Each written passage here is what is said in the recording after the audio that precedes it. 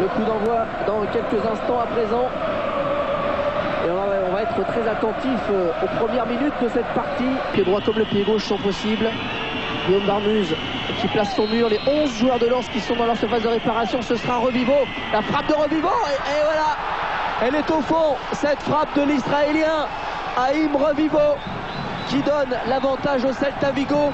Guillaume Barmuse battu sur son côté gauche sur cette frappe enveloppée, pas très puissante mais bien placée de Revivo. Ouais, je ne sais pas si c'est mérité, mais en tout cas on le sentait venir depuis quelques minutes. On sentait des Lensois qui flottaient dans une zone de terrain où quand on connaît la qualité de frappe de Revivo, on ne doit pas se permettre ce genre de faute et de flottement. Et là, la frappe de l'Israélien est parfaite. Et que le public lensois doit pousser son équipe, il va le faire. Et voici, voilà, qui pousse, qui se réveille.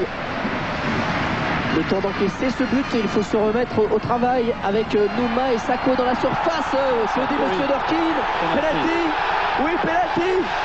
Penalty pour le Racing Club de Lens. Si les Lensois pouvaient revenir comme ça 5 minutes après l'ouverture du score, ce serait formidable. Ouais, sur ce long coup franc de Valérien Ismaël, cette balle en cloche. Et là, c'est Sako qui est littéralement... oui, il y a faute. Si, c'est Juan Fran qui... Sergio, lui, s'efface. Mais je pense vraiment qu'on voit Juan Fran qui tire quand même Sako, qui le plaque. Je pense que le penalty est indiscutable. Ismaël face à Pinto. Elle est au fond. Elle est au fond. Oh là, il va y avoir...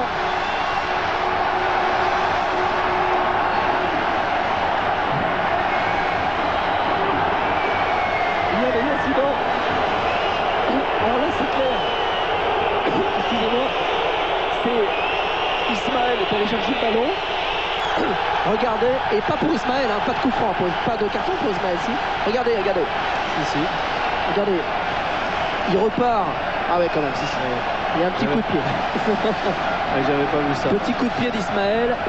Bon, il en a rajouté quand même, notre ami Pinto, mais c'est lui qui au départ va convoiter ce ballon. Ismaël a tout à fait le droit d'aller le chercher. J'avais vu ça de manière involontaire, je pense que... Oui. Et là par contre ensuite il y a ce contact Ismaël Juan Fran. Ismaël Quedru. Brunel, il y a du rythme, le centre de Brunel. Le but de Pascal Nouma. Pascal Nouma qui qualifie le Racing Club de Lens pour l'instant avec ce but sur ce centre exceptionnel. Signé Philippe Brunel. Ouais, c'est fort bien joué de la part de Lensois. Quedru qui lance Brunel en première intention. Ce centre parfait. Et Pascal Nouma qui est là dans la surface de réparation pour cadrer son premier tir. Voilà, on revoit Pascal Brunet qui écarte son adversaire un petit peu du bras. Et Pascal Nouma qui est là, son premier tir, le premier tir cadré converti en but, qui redonne l'avantage, qui donne l'avantage et pour le moment la qualification au Lensois.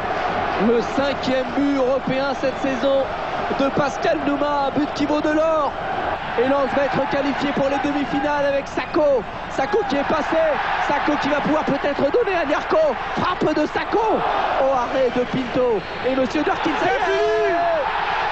ça y est, le Racing Club de Lens est en demi-finale de la Coupe de l'UEFA pour la première fois de son histoire.